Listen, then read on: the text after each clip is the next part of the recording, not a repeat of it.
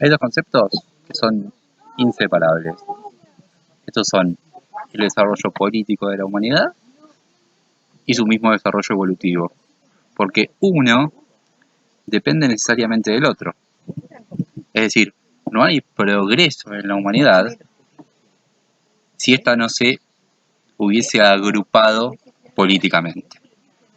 Por eso, la exigencia de una asamblea constituyente, tal como la está haciendo el pueblo chileno en este momento, no forma solamente parte del capricho político de las masas, sino que se enmarca en la tradición histórica de la humanidad. Es decir, la humanidad ha progresado necesariamente gracias a agruparse. Por eso, para estudiar la historia de la Asamblea Constituyente, el primer punto donde nos tenemos que parar es en las tribus primitivas. ¿Por qué en las tribus?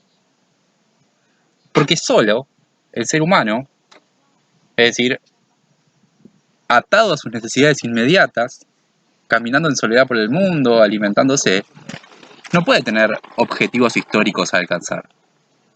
Para tener objetivos históricos, lo primero que necesita la humanidad es agruparse. Y cuando hablamos de agrupamiento, nos vamos a referir en primer lugar a la instancia básica, que es la primera forma de agrupamiento histórico que tiene la humanidad, que es la familia. Hombre, mujer y sus hijos, que para conquistar el alimento, que para conquistar el ocio, que para hacer más fácil la vida, se agrupa. E inmediatamente, atado por ver que las necesidades inmediatas se pueden conquistar de forma mucho más simple, agrupándose, dividiendo socialmente el trabajo,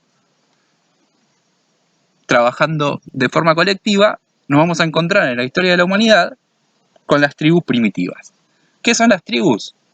Muy simple, organizaciones de distintas familias, atadas por una misma tradición histórica, que comienzan a organizarse colectivamente. Y ahí nos vamos a encontrar con un concepto que en griego es la boulé, que al español lo pudimos o lo podemos traducir por consejo, pero que también lo podemos traducir por asamblea. Y las asambleas de las tribus primitivas en todo el mundo, en América Latina, en América del Norte, en Europa y en Asia, según el estudio de la gran mayoría de los antropólogos, tienen un criterio en común. ¿Cuál es este criterio? Que todas las asambleas resuelven por unanimidad. Es decir, no existe la mayoría y la minoría, sino que lo que no se resuelve por unanimidad, en lo que no están todos los agrupamientos de acuerdo, entonces no se puede avanzar. Eso nos vamos a detener ahora en este concepto. ¿Por qué? Porque es el concepto que nos va a hacer entender la reivindicación posterior por una asamblea constituyente. Y ahí vamos a tener que detenernos en un juego dialéctico muy interesante, que es que estas asambleas son los primeros organismos democráticos. De hecho, se habla de la primera gran revolución democrática de la humanidad, que es el momento donde los seres humanos, donde diferentes agrupamientos de familias se agrupan y se transforman en estos consejos, que después se transforman en grandes tribus, que comienzan a crecer, comienzan a presentar diferentes desarrollos históricos, en los que nos vamos a meter después, y son organismos democráticos. Pero se tiene que observar lo siguiente, y esto es un esquema que se va a presentar posteriormente en toda la historia de la humanidad, que es que estos organismos democráticos, a la vez que son democráticos, son organismos dictatoriales. Son dictaduras de una minoría que se impone sobre el resto de la gran mayoría de la tribu. ¿Por qué? Porque para organizar la distribución del trabajo, para organizar socialmente el trabajo, lo primero que sucedió, y esto nos lo explica Engels en un trabajo monumental, es que